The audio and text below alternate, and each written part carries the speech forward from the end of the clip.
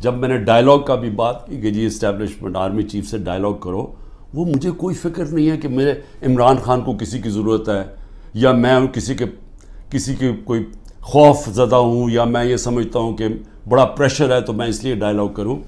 مجھے پاکستان کی فکر ہے کہ میں یہ پوچھنا چاہتا ہوں سب سے پہلے کہ اتنی جو ہم نے کہا، جس آرمی چیف نے جب مجھے ہٹایا، اس نے کہا جی پاکستان کو آئسولیٹ کر دیا تھا، اکیلا چھوڑ دیا تھا۔ مجھے یہ بتائیں کہ جب ڈونلڈ ٹرمپ نے ایسی سٹیٹمنٹ دی تھی، پریزیڈنٹ نے، میں جب پرائم منسٹر تھا، اس نے کہا پاکستان دہشت گردی میں شامل۔ میری ابھی بھی ٹویٹ پڑھ لیں، میں نے اس کے جواب دیا، میں نے کہا پہلے آگاہ کرو کہ پاکستان نے کس طرح کی دہشت گردی کی جنگ لڑی ہے، ہم نے کیسی قربانی دی۔ اسی ڈونلڈ ٹرمپ نے مجھے امریکہ دعوت دی، اور جو میرے ساتھ تھے، جس طرح کا پروٹوکول مجھے دیا، ذرا بتائیں کبھی کسی پاکستانی پرائم منسٹر کو ملا؟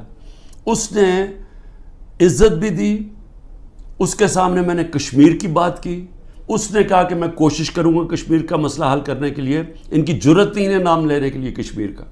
اس کے بعد اس نے سارے میرے اور میرے ڈیلیگیشن کو سارے وائٹ ہاؤس کا خود دورہ کروایا، ٹور کروایا، عزت دی۔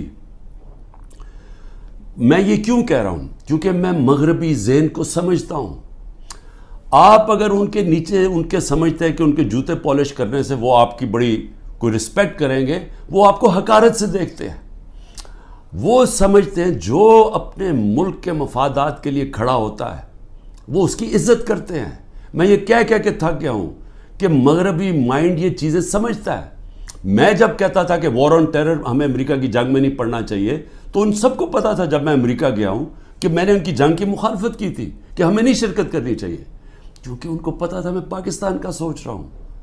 میرے ملک کے 80,000 لوگ اس کے اندر شہید ہوئے تھے، ہماری جنگ نہیں تھی۔ تو میں جب ان کی تنقید کرتا کہ ان کی جنگ میں نہیں ڈال، وہ سمجھتے ہیں کہ یہ ایک آدمی اپنے ملک کی بات